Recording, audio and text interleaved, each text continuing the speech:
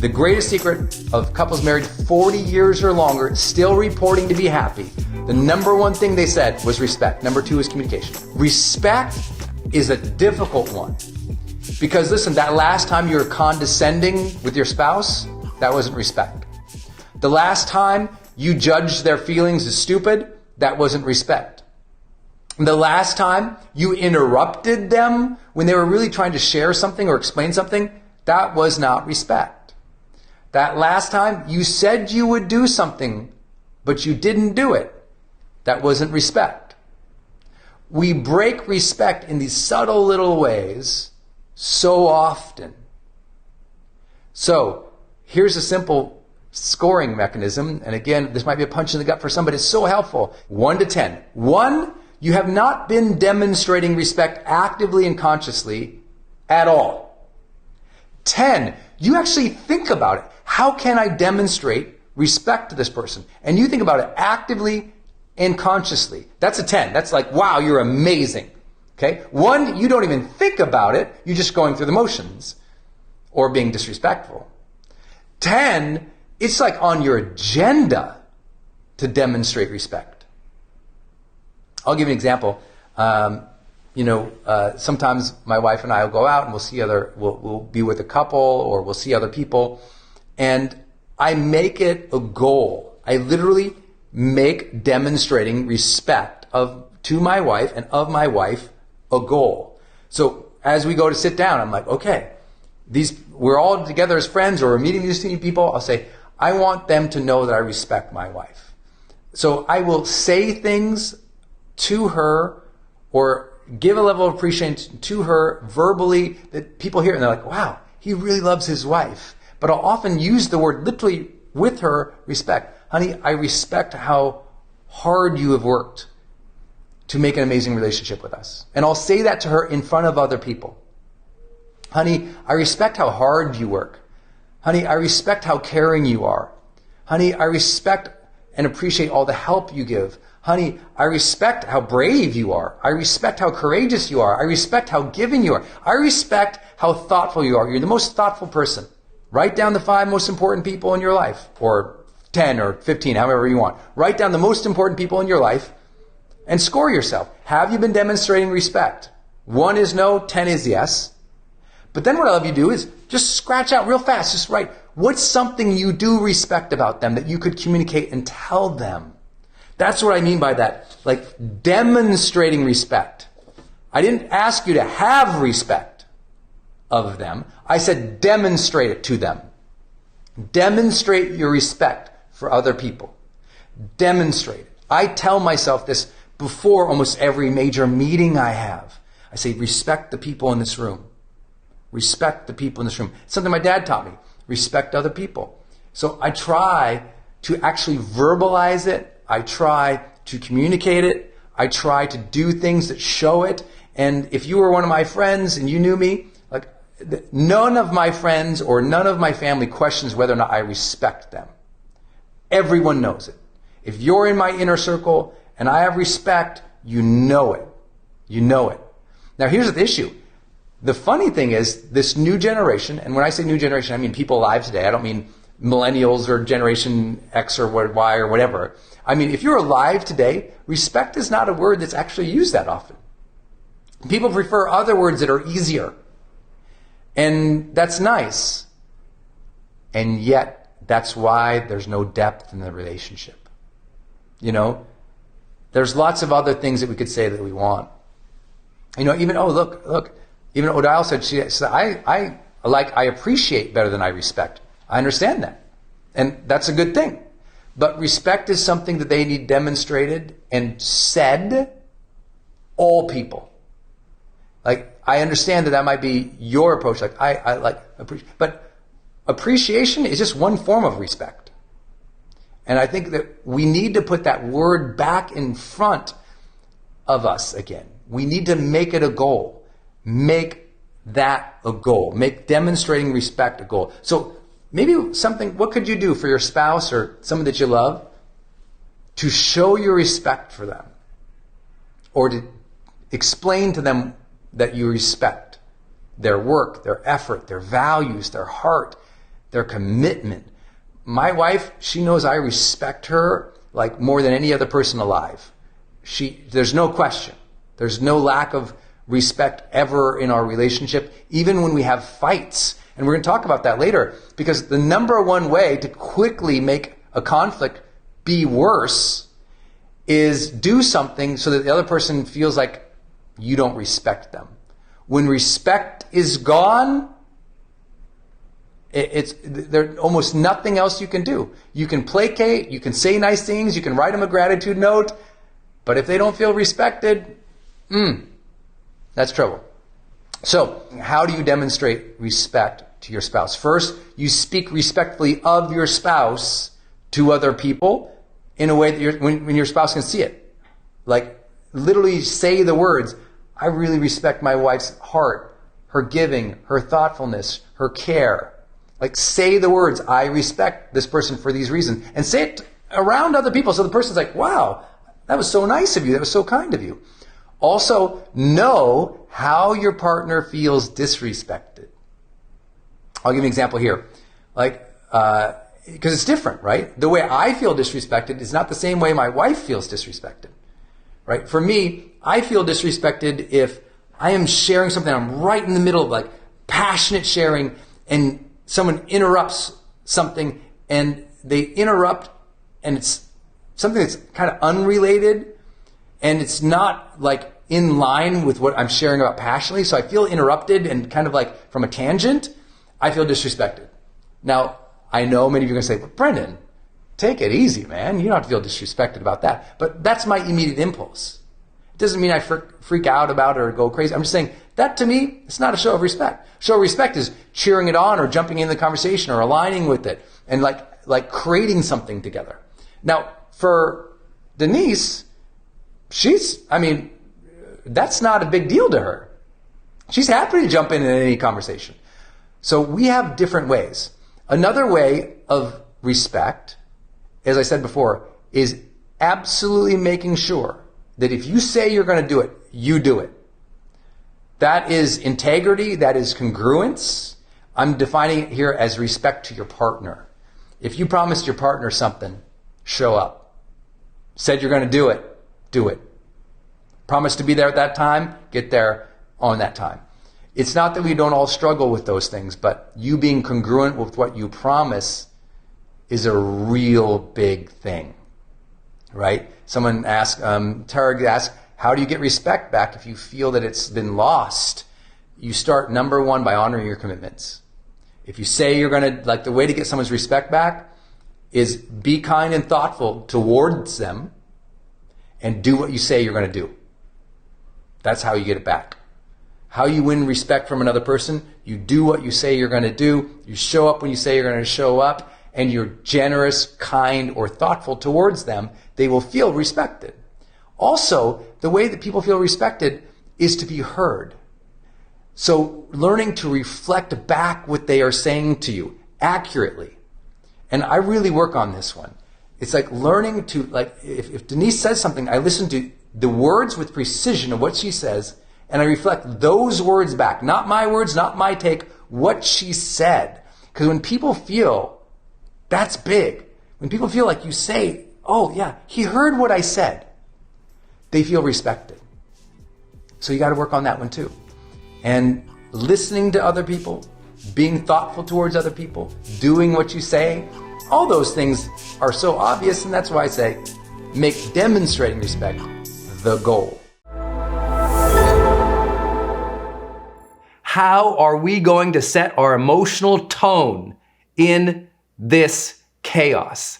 How are we going to find our strength, our center, and project goodness and compassion at a time when it is desperately needed? How are we going to hold the line in our businesses so that we don't overreact and going one direction when we ought to be in another? How do we manage all of this today? Is my joy to talk with you about. Number one is the decision that I will always be the one to remain centered amid the chaos. And I have worked on myself, and I have taught myself that for pretty much 25 years. I've worked on that at a very steady pace. When everyone's freaking out, I take a bunch of deep breaths. I connect with my breath. I make sure that I'm keeping perspective. But ultimately, that decision to I will be centered amid this means for me that I will choose the emotional tone and my attitude as I am dealing with uncertainty or chaos. I remember years ago, I was doing an event and a person in the back of the room had a seizure. And literally they fell out of their chair, and on the ground they started having a full physical reaction to the seizure as well, where they were shaking, and it was terrifying for the people around them. And I was kind of at the beginning of my career, and I saw it happen. It was almost in slow motion. And could you imagine, you're on your stage? I mean, put yourself there. You're in front of, hundreds or thousands of people, and all of a sudden somebody is, falling over and having a full seizure in front of the whole audience. The whole audience literally starts looking back. Oh my God, oh my God, oh my God. People are standing up. Oh my God, oh my God. Total panic sets in the room. And I remember standing up there, and I have this on video where at first, my first reaction is like this, kind of like shock, just like everybody else, like, whoa. And then I kind of look over, and instantaneously in my mind, I go, Brendon, you have to be in charge here. I didn't want to be in charge. I had to be in charge. And my mind immediately said, two choices here. Join the panic, or stay stable and strong and present and connected with what's really happening. And so that decision, I'm going to say centered amid this, made me immediately also decide I need to center the audience. So I asked the entire audience, I just announced, I said, everyone sit down. And everyone just kind of looked, I said, sit down. And everybody, they sit down. And I said, please sit down, because your panic and your chaos right now is not serving the energy of this person who needs healing. Sit down. Be quiet. Everyone, please close your eyes so my team can address this situation. Please close your eyes, and let's put some positive energy and prayer in the room for this person who needs our attention right now. They don't need negativity and fear in the room. Let's put some love and prayer. Let's send some energy. So please close your eyes, take a few deep breaths, and remember, you can choose to contribute good energy to the situation. And so I had everyone close and their eyes, take a few deep breaths, and meditate or send prayer back to this person as my team was clearing that row and getting to this person, so that when the paramedics would arrive, that person could be removed. Now, here's the deal. I knew I had like 20 minutes, at least, before we could get a paramedic probably at that spot in the seminar. And I thought, how am I going to buy 20 minutes? People are going to start freaking out. And I realized, no, if I set the emotional tenor in this room on purpose, and if I ask of others to find the best within themselves, if I ask of others to take a breath, if I ask of others to be responsible for the energy they are projecting into this space, if I ask of that, and if I demonstrate that, we'll make it through this moment. And that might not seem like a big deal, but I really believe the energy in that room either was serving this man as he was having a seizure or was making it worse. Imagine here he is having this unbelievable, stressful, life-threatening situation. And if all around him, everybody is screaming in chaos, the body feels that, The body and the mind feels the energy of what is around it. And so if that is true, let us all be responsible for the energy we are projecting right now. I've seen friends hop online and something's happening, and what are they doing? They're contributing to the chaos. They're posting snarky comments. There's sarcasm, blame, vitriol, anger. And I'm not here to say that we can't use our social mediums to contribute to an argument or to make a case, but every word has a tone to it. And the tone that we are setting in reply to chaos, either furthers the chaos or it levels it. And the more of us who choose to be even, tempered, thoughtful, caring, compassionate, the values that we would all hope to have as a global citizenry, the more that we will judiciously take action in a thoughtful way. That's the hope. And whether you believe that or not, I hope that you'll hear this first practice. Your family needs to see you centered, calm, strong, and assured in chaos. Otherwise, we are passing down panic to another generation. It's sad, in my view, that we have a world that is so connected, so potentially capable, so well informed, and yet we still have people who overreact. Now, I'm not saying that overreaction isn't something you would anticipate, but there's a difference between overreaction as in taking action to overprotect, like doing something useful to shore up things, versus an emotional overreaction of fear. You can deal with really difficult situations without the negative range of blame, vitriol, hate, and anger. Now, I know I'm preaching to the choir, but I'm just here today to touch base with you. You can set that emotional tenor. Let's all do a better job at that. Let me give you a couple examples of how I'm doing it right now. To stay centered amid chaos, you also have to stay a little distanced from chaos, even as it is happening. I'll give you an example of how I'm doing it. And many of you guys know I have 4 major companies that I'm either the principal in or one of the principal investors in. And for me, like lots of different teams around the world, and obviously you've seen here, we have a global community. Well, for me, because I'm constantly being hit up on this phone by people from literally around the world, and people count on me to advise their companies. So what do? I don't engage the chaos all day. Instead, I work my plan. And many of you already know how I do that with my morning routines. My morning routine doesn't change. Still stays steady. Wake up, center my mind, plan my day, open up my body. But I also do simple things right now. Right now, listen, I'm not checking in my phone every 10 minutes because, guess what you want to do in chaos? Refresh. But every time you hit refresh and every time you scroll, don't forget it takes emotional and mental energy. And if refresh, chaos, bad news, oh my God. Just think about that for a minute. You're hitting the oh my God button all day when you're refreshing in chaotic news times. And that is creating the panic and the stress inside that is freaking you out. So as an example of simple things that I do, I only check in on the news twice a day.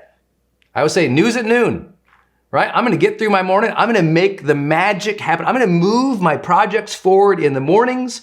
If it's news that I need to know about that affects me dramatically and locally, trust me, I'll hear about it. My friends or my wife or somebody will let me know via text.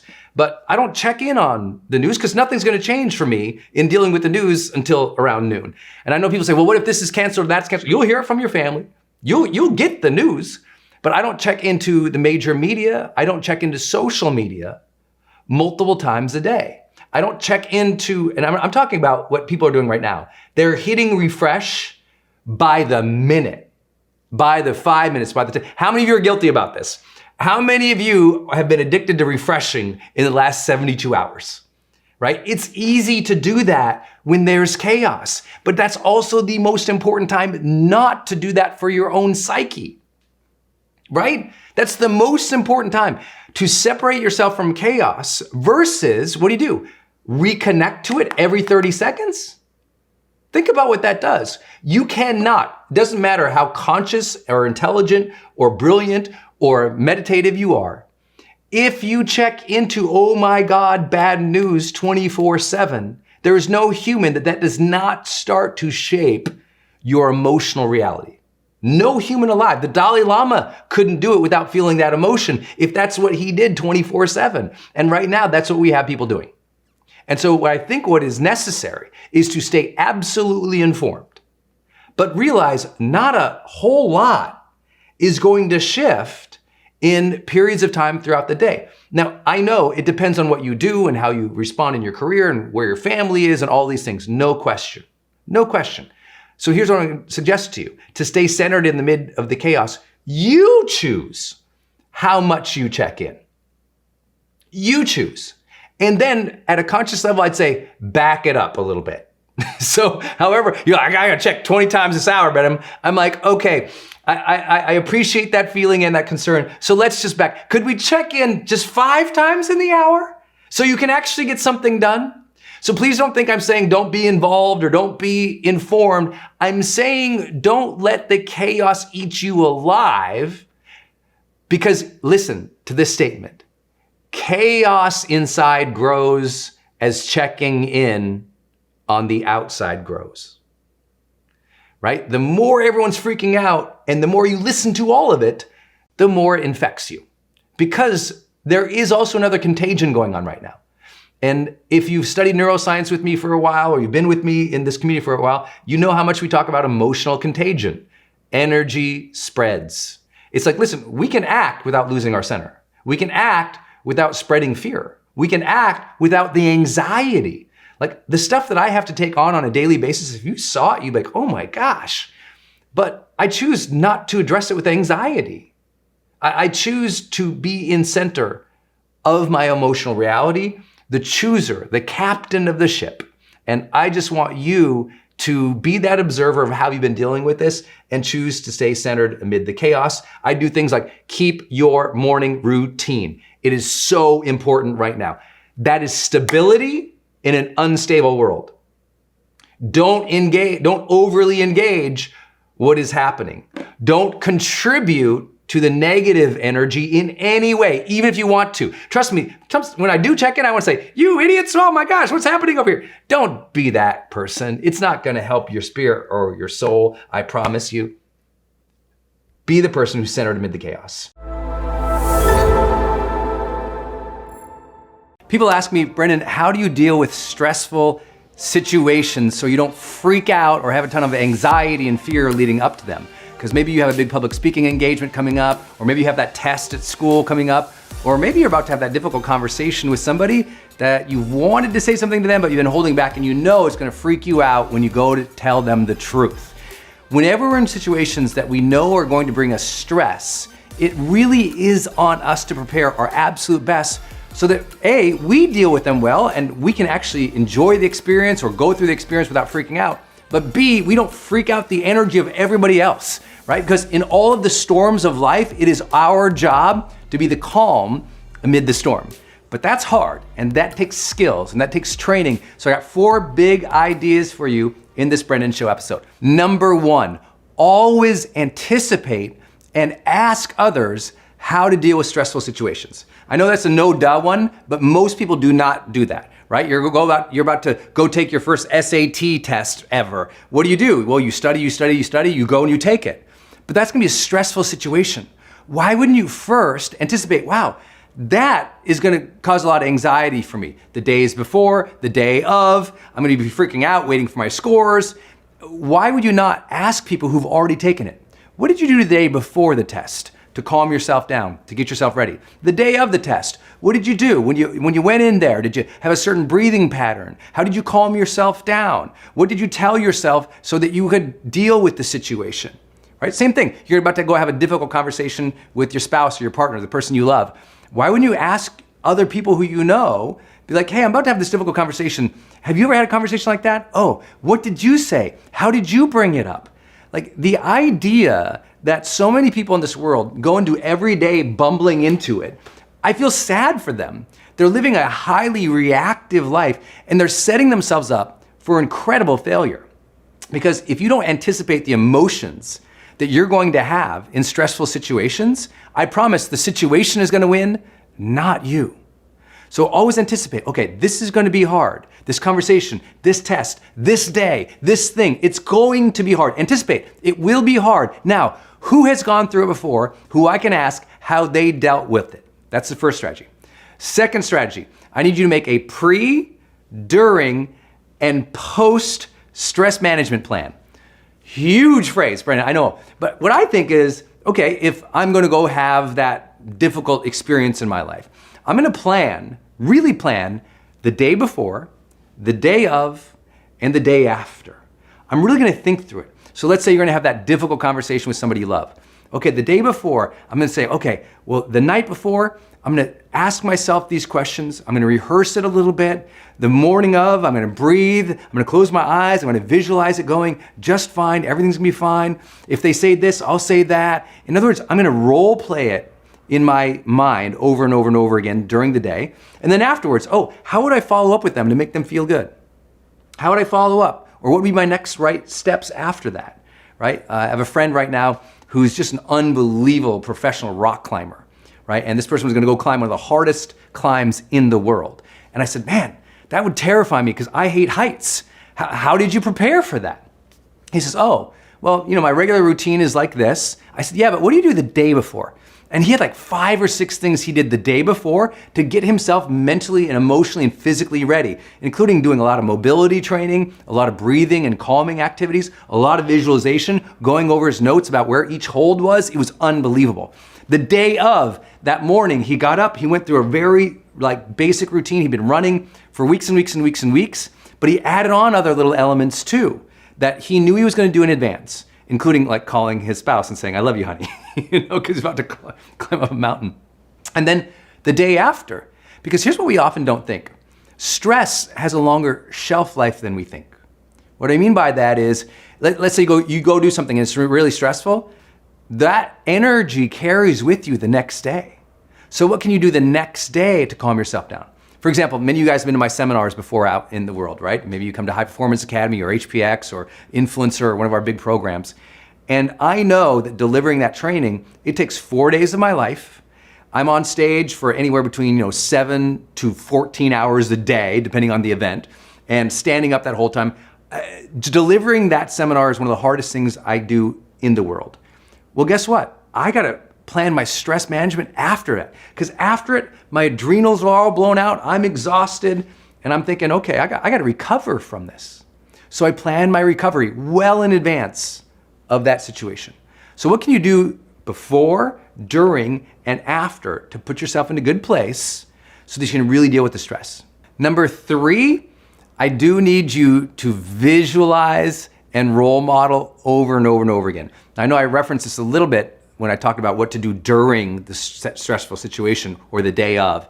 I think it's incredibly important that if you know you have something stressful coming up, that you visualize it over and over and over again, that you play it in your mind over and over and over again. But here's a difference, okay? Fear-mongering or worrying is thinking about it and seeing it go bad every single time. Visualizing is seeing you show up confident, capable, doing a good job. Confident, capable, doing a good job. I want you to every single time, visualization should be a positive thinking exercise where you're seeing the situation and you're seeing yourself handle it well, but you're also noticing the things that are difficult. What if they say this or what if they say that? And you're kind of scenario planning. If she says this, then I'll say that. If he does this, then I'll do that. But keep the momentum going and visualize the thing all the way through. Right? My friend, the rock climber, he doesn't just visualize, the start of the climb. He visualizes the entire climb until he's standing on top of the rock and their success. So I want you to visualize the entire scenario. What most people do is they visualize a little bit of the scenario, they feel anxiousness and worry, so they stop visualizing, or they catastrophize. They start seeing it going bad, bad, bad, bad, bad, and they never walk the entire thing through. Right? I want you to walk the entire thing through, see the entire thing, and force yourself to see it going well. Force yourself to see it going well. Force yourself to see it going well. Then I want you to pair it with role modeling. I want you to call up a friend, call up somebody else say, hey, I'm about to have this conversation, or I'm about to go do this thing. Can I ask you some questions and try this out? Sound it out, act it out, explore it with other people. There's very few things I do in my life that I haven't already talked with somebody through, right? Before my meetings, before my conversations, before a lot of my online courses, I'll sit down and I'll literally try out the words on people. What do you think of this? What do you think of that? And I'll get feedback from them, and that makes me think more deeply about it. And when I think more deeply about it, suddenly the stress isn't so front of house, because in my mind, I'm already prepared. Preparation can get rid of a lot of stress. But role modeling puts you in that actual environment where you're doing the thing. Then when you show up, you're like, wow, my mind has seen this 1,000 times. I've already talked it and acted out. Let's go. And now it's not so stressful. Fourth big idea, enroll your friends. If you got something coming up, like your SATs, your ACTs, a test, create study groups. Don't go it alone. Create a study group of some friends where you guys create a regular schedule where you're studying and you're getting ready together, right? That camaraderie of things. Same thing, if you're gonna go run a marathon, it's gonna be this big scary thing. It's your first marathon ever. If you've been running with a group of people, they know by science that no doubt you will perform better and less anxiously because you've prepared with other people. Almost everything you do in your life, you should think, how do I enroll friends or find peers to do this with them so I stay on the journey? When you have friends or others involved, we know from social sciences that you're more likely to stay committed, stay consistent, and succeed. But guess what? We're in a society of selfies where we only think of ourselves, and we only, because we're scared to ask for help or be vulnerable and say, I don't know, we do everything ourselves. And everything I ever do, I literally sit down, here's my goal list. Anytime I write down goals, I don't just write down, when's it gonna happen? What's my next step? What's the deadline? Instead, I also write next to it and I say, who can I enroll with me on this goal? Get people enrolled with you in your goals, get people enrolled with you so you can role play with them, ask, participate, go through it with them. It's not so scary. I know you know this if you've ever been to the county fair. I'm from Montana, so we always had the county fair, and there would be these big, huge, scary rides when I was a kid. I never went on a ride by myself as a kid. Never once. I'd go grab my buddy, I'd like, hey, you're coming on with me. He'd go, what are you kidding? I'm not gonna. He didn't wanna go, I didn't wanna go. But when we said, let's go together, we got on that zipper, we got flipped around and kicked around, and we loved it. And we only did it because we did it together. You will face greater stresses and greater fears when you go at it together. Capability is, you can do it every time. It is like a strength, if you will. It is something that you are highly capable at that thing. You are at another level of skill that it shows up every single time. But here's the truth. Capability is as much as a mindset as a competence. Let me give you an example. A lot of extremely smart people who can handle the problem don't handle the problem because they don't feel capable. It's like, yeah, I know it, but I don't do it. It's like a lot of people who achieve a lot of great things, how many of you know someone who's very competent, has great skills, but lacks the capability to execute? See, capability is something capability is self-trust to take the action. It's not just, do I know how to take the action? It's, I'm an action taker. I'm gonna show up, I'm capable to handle this. I will do this. I trust in myself to handle this, to execute again and again and again and again and again. That's capability. And I really want you to develop that in your heart and in your soul by checking off the simplest of things each day. If you have a list of 3 to-do lists, if you wrote down your 3 top priorities for the day, do those first. Before you do your social media, before you reply to everyone's DMs, inbox, voice message, text. It's like, listen, I have so many people who they spend all day just checking their email to reply to everybody else. Now that's fine if that's your job. If that's customer service, do that. That's your job. But if you're an entrepreneur, as an example, or you have a whole list of other priorities, and you're just checking into other people's agendas all day to meet all their obligations, and you keep missing your key priorities day after day after day after day, your brain doesn't feel like you're capable anymore. Even though you might be smart, you're competent, but your brain doesn't believe you're capable. You know what I mean? It's so important to understand this. I know if you're a parent, you understand this difference. Lots of kids can learn things and have skills and abilities. But if they don't put them and apply them, they don't sense that feeling of capability. And now your smart child, your child full of strength, talent, and ability, doesn't run on the field, doesn't take the action. doesn't finish the test, doesn't go for it. They don't feel capable. Why don't they feel capable? They don't have a pattern of action taking. You've got to develop the pattern of taking the action, the pattern of taking the action. Better yet, the pattern of taking the action to complete the key priorities.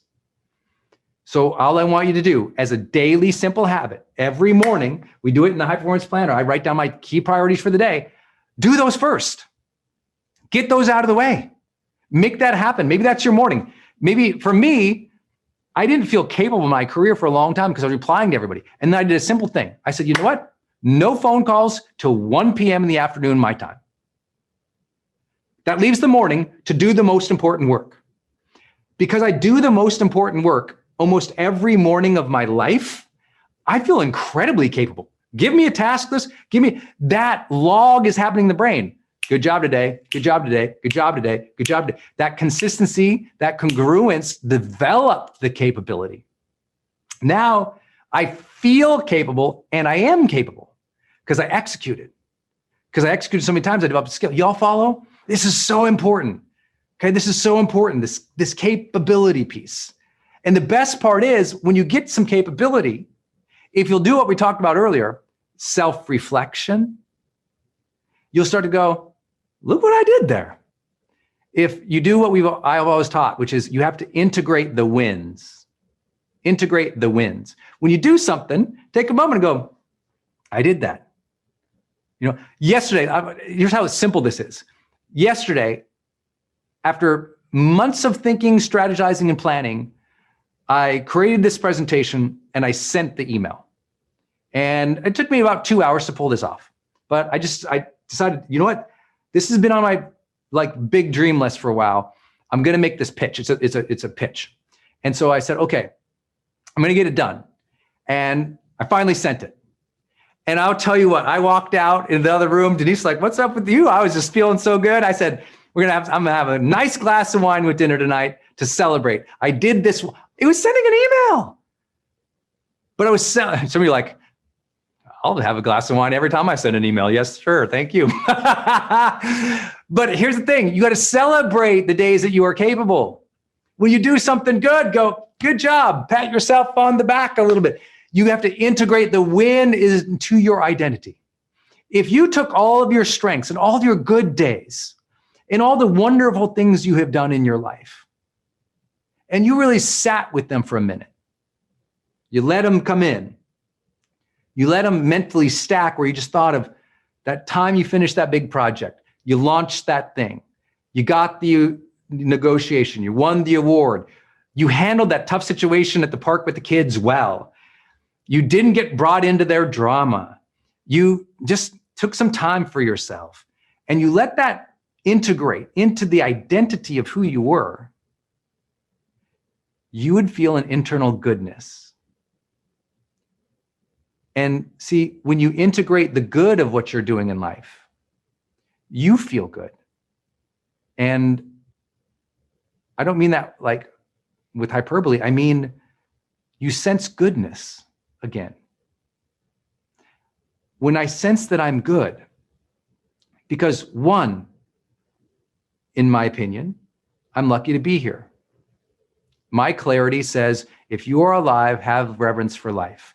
You're a child of God. What a gift. You are so lucky. You're blessed to be here. So for me, I feel capable as a person. I feel I've been given gifts and strengths. Yeah, I had to develop a lot of them, just like you did. But because I trust that I was given those gifts or those strengths or this life, I feel capable. I feel like, you ever heard that thing? You can do all things through Christ who strengthens you.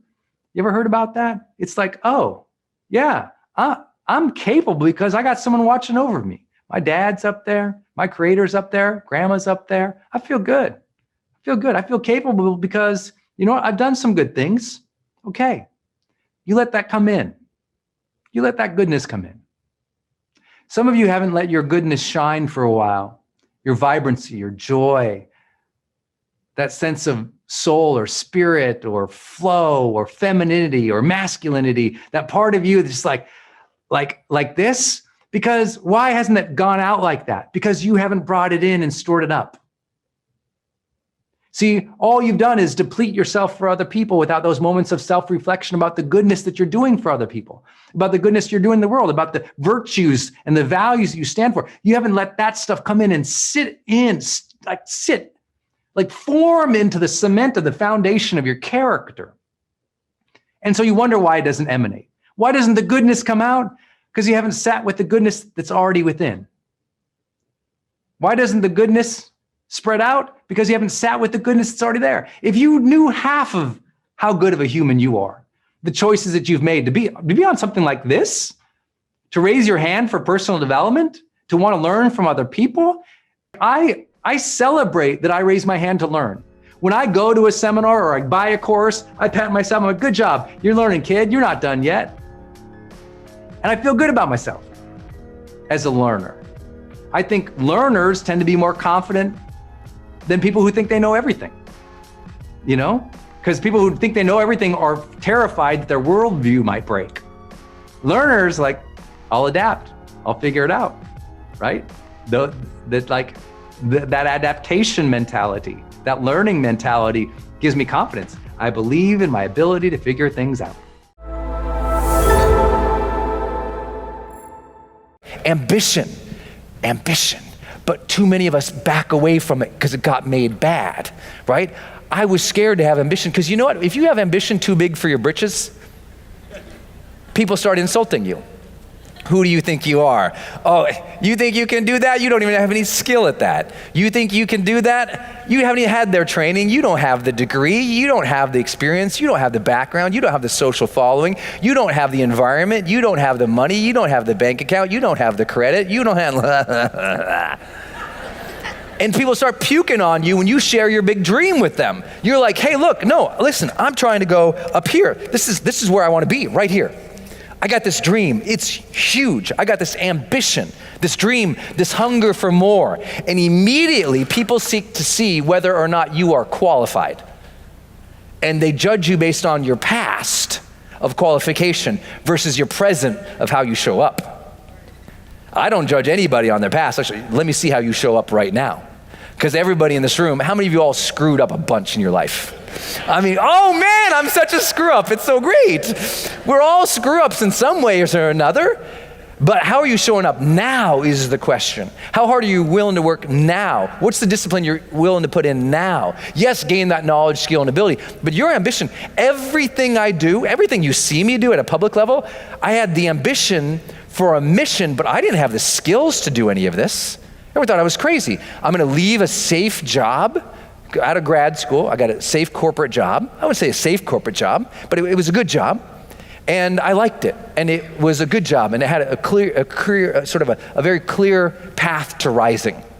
And I had something else I wanted to do.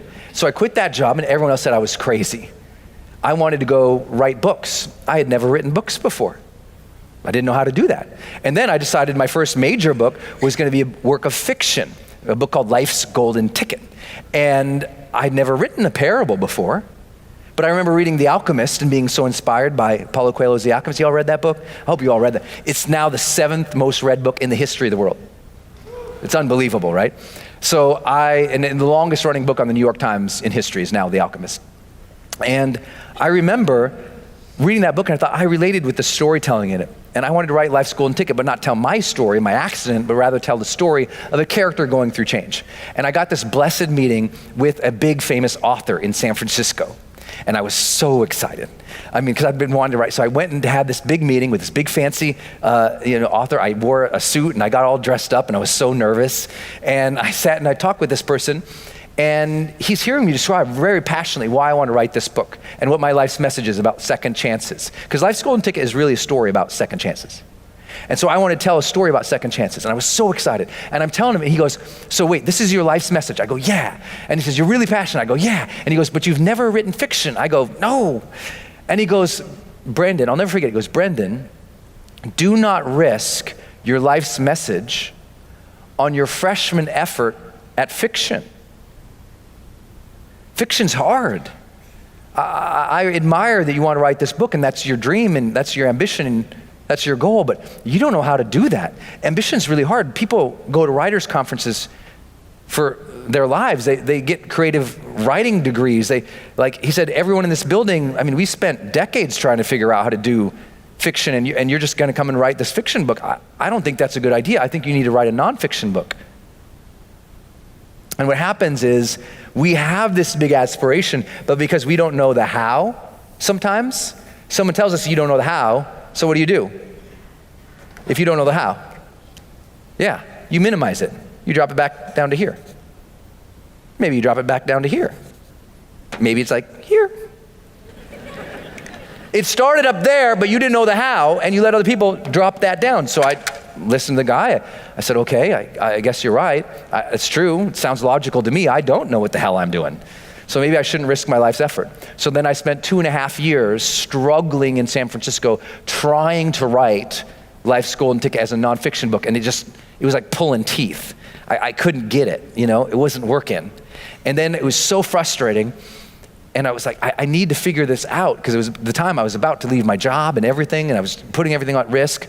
I said, okay, the timing all turned out, went back to my childhood home where I grew up, tiny little home, tiny little bedroom, writing on my mom's sewing room table at the time to complete the book.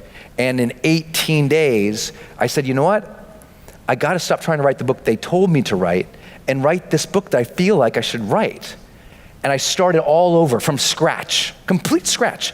18 days, all I did, I got up, my mom made an amazing big breakfast. I'd eat a big old breakfast, and I'd write, and I'd write, and I'd write. But Dad would come home from work, we'd go play racquetball. I'd come home, I'd write, and I'd write, and I'd write, until it was so dark and my eyes hurt, it was so late, and I'd get up from my desk, and I'd walk around my childhood neighborhood where I grew up, and my school, and my elementary school, and the playgrounds we'd play in, and then I'd go back, go to bed, I'd get up, and I did the same thing for 18 days. That's it, 18 days. And at the end of the 18 days, Life's Golden Ticket was done.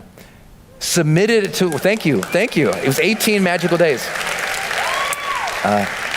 If you've ever read the book, there's a huge surprise at the end. I didn't even know that was coming. I did not see that come. I mean, sure, so however shocked you felt, imagine me, I was writing the book.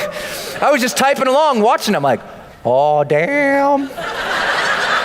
I remember I'm watching the movie, I finished the book, I'm like, whoa, can that even happen? And I literally got up and I was walking around the little desk and I'm like, can that character, did I do this? And I had to go for a walk just to think about if the book could even end, because I didn't know the book was about to end. It just ended with that scene. And I was like, oh my gosh.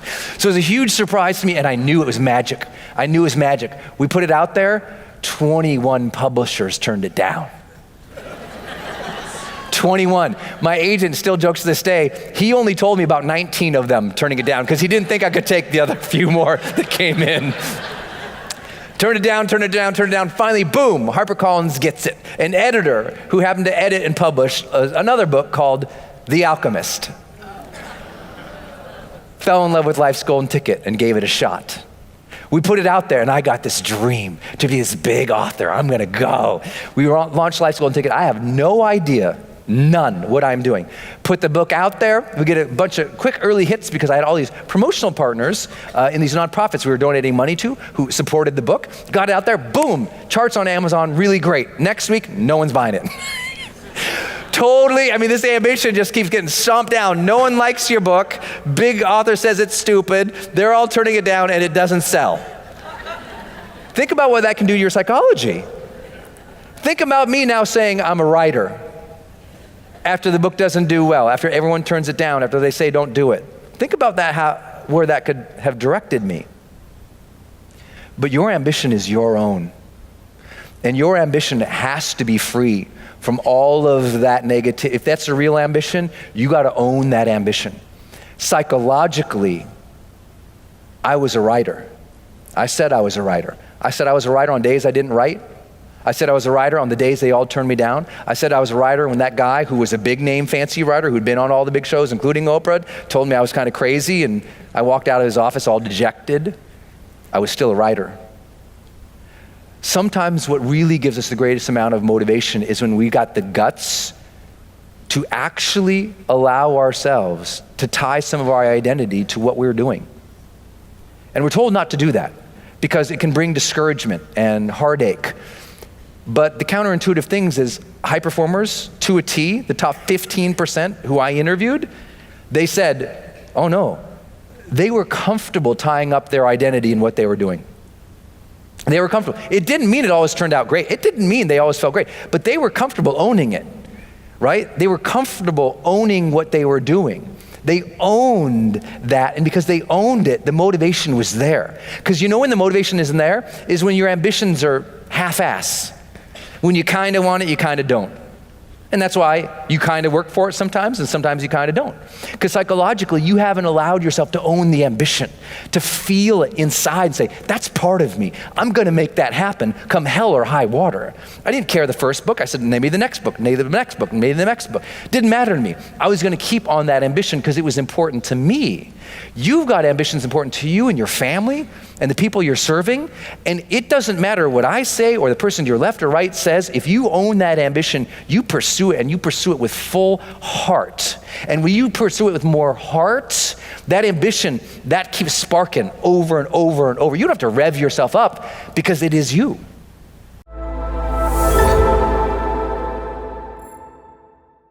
You know when most people evaluate themselves?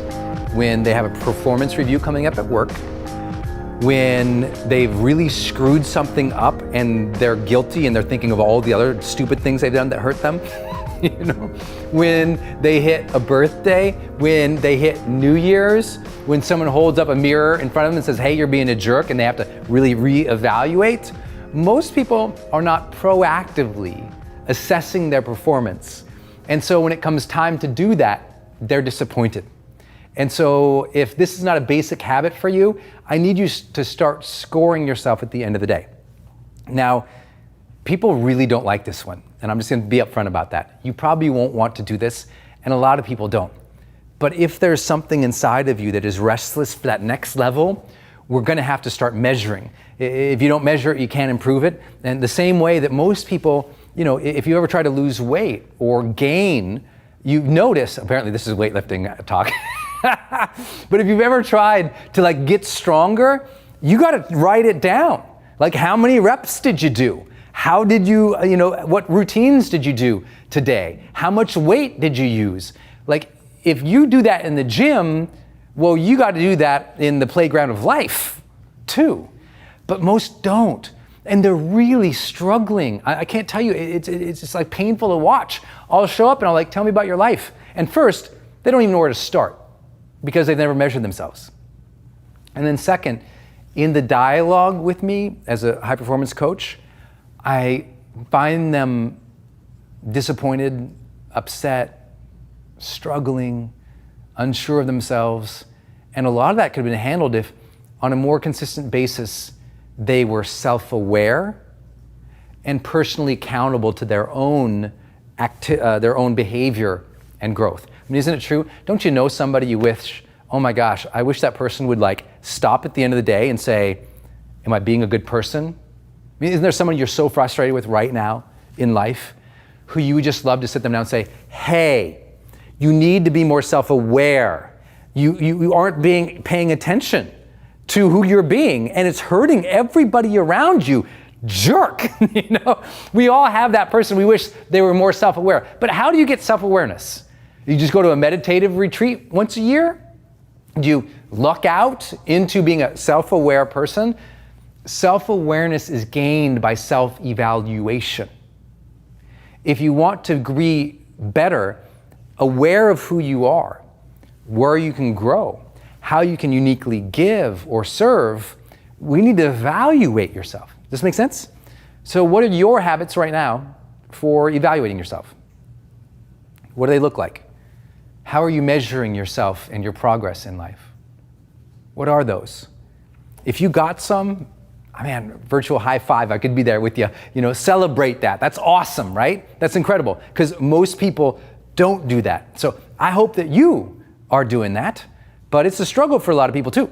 So here's a simple way that you can end your day scoring yourself along the lines of, again, what we're talking about here, productivity specifically. You might have other ways. You might score your personal values. You might score your energy. You might score how much influence you had with other people. I'm going to give you some related to what we talked about, productivity, so we can get some quick wins and gains for you as we jump into more in-depth training. Here's what those are. I would like to ask yourself at the end of the day these specific statements, and then rate yourself. Low, 1 means you suck. 5 means you're awesome. You're doing a good job, okay? So let's walk through these. Number 1, I worked on things that mattered most today. I know that's basic, so I'll go fast here. Number 2, I progressed a major dream or goal today. Meaning, did you progress today? Number 3, I avoided distractions well today. Number 4, I set intentions before each major activity today. That's a huge one. Number 5, I fully engaged and enjoyed my efforts today, because high performers strive satisfied. They're engaged, and in that engagement they find joy, and they find fulfillment, satisfaction, confidence. It's by engaging. So how did you do today? Did you enjoy your efforts or not? Now remember, low, 1, 1, 1, 1, high, 5, 5, 5. Where are you here? So every day I sit myself down and I started scoring myself. This is probably about 7 years ago. And remember, 7 years ago, I was still then a certified high performance coach. 7 years ago, I was like, my career was just taking off. And what we want to believe is that people just kind of bumble into progress. People bumble into momentum. I'm telling you, high performers are more strategic and they're more self-evaluative. Now, many of them, this was a unconscious competence for them. They really didn't know that their self-talk was so oriented towards self-evaluation until I did some coaching and interviewing with them to discern that. But it turns out high performers, they're measuring stuff. Now, I just want to make it easier for you. So here's a simple tool. Just write those things down, then score yourself. Now, when you score yourself, at the end of the day, add your score up. So let's say your 3s all the way down. That'd be 3, 6, 9, 12, 15. Montana kid doing math. And it was right. Okay, 1, 2, 3, 4, 5. So let's say you're 15. So you add your score up, that'd be 15. Then multiply it by 4. 15 times 4 is 60. That will give you a score of 100%. Okay? Whatever your score is, keep seeking clarity each day, and you'll get better and better and better. Try to improve this each day. Look, there's going to be days you're a 2, other days you're a 5, but the goal is to ask yourself this. Like, I want you to do something, and if this sounds too basic, here's what I want you to do, and add to your routine that maybe you already have. Maybe you end your day with journaling. Congratulations, not enough. Okay? Instead, what I want you to do is create your own scoring mechanism for the end of the day, whether it's taking a page out of my playbook here, or you're scoring yourself, right? If I ask you, how'd you do today? And you go, good. That's one level of self-evaluation. But if I say, how did you do today? And I give you a specific context. How did you do today in keeping to your own agenda? That you might say, good, or pretty well. But if I say, how did you do today in keeping to your own agenda on a scale of 1 to 10? 1, you sucked and got pulled into everybody else's agenda. You got totally distracted. You didn't get anything done you wanted to. 10, you were superbly excellent today. You stayed on point. It's different quality, isn't it? When you got to rate yourself and you're like, I was a 6. And then my next question to you goes, well, why were you a 6 versus, say, a 10? Then you can go, oh, well, because I made these decisions, or I allowed that, or this person did this. Okay, great, okay. Well, what would it take to go from a 6 to a 10? Well, I would have had to have done this, or next time I would do this, right? As soon as you score yourself, you have an anchor or a benchmark from which to move yourself, and a different level of self-evaluation. So what could you, I know I'm talking along about this, there's one reason. I'm trying to get you in your own unconscious mind right now to be generating a lot of ways you could score yourself. Because for me, there's 50 different things I score myself on at the end of the day. 50. Now, here's the thing. I don't let my low numbers bum me out. Because the truth is, you know what, measuring myself across 50 things every day, it's not like I'm a robot. I'm like, it's not like I'm perfect in every one of those areas. But here's what happens. Let me tell you this. This is a huge insight, so please write this down. If you're not scoring yourself consistently, that's why you feel so out of balance. If you're not scoring yourself consistently, that's why you feel yourself so out of balance. It's why, one day you realize you've been working so hard, but you neglected the kids. Why? Did you neglect the kids because you're a bad person or a bad parent? No, it's because you didn't have the quality of your experience with them on a radar, on a dashboard, on a sheet at the end of each day or maybe each week. And so what happens is, life takes hold of us. We get caught in the stream of life and we're just kind of getting carried along. And then one day we wake up and we realize, wait, I've gone down 7 different, river channels that I didn't anticipate, right? And so the only way to keep us there is to evaluate. And I think if you can do that, things significantly shift. So I hope that you'll figure out what is your end of day scoring. I'm sure while I've been talking, you've been thinking of other things. You could score your energy. You could score how you treated your wife or your kids or your team.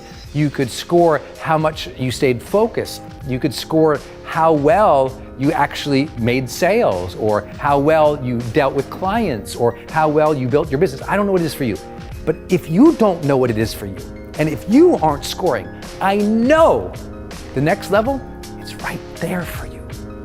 It's right there. So put this in play. This can be your day for personal growth. This can be that day you committed to and you remember and you go, that was the day I got myself a community. I got better coaches. I committed to making my life the absolute best that I could. This is that day. Make today your growth day. Click the button on this page and sign up right now.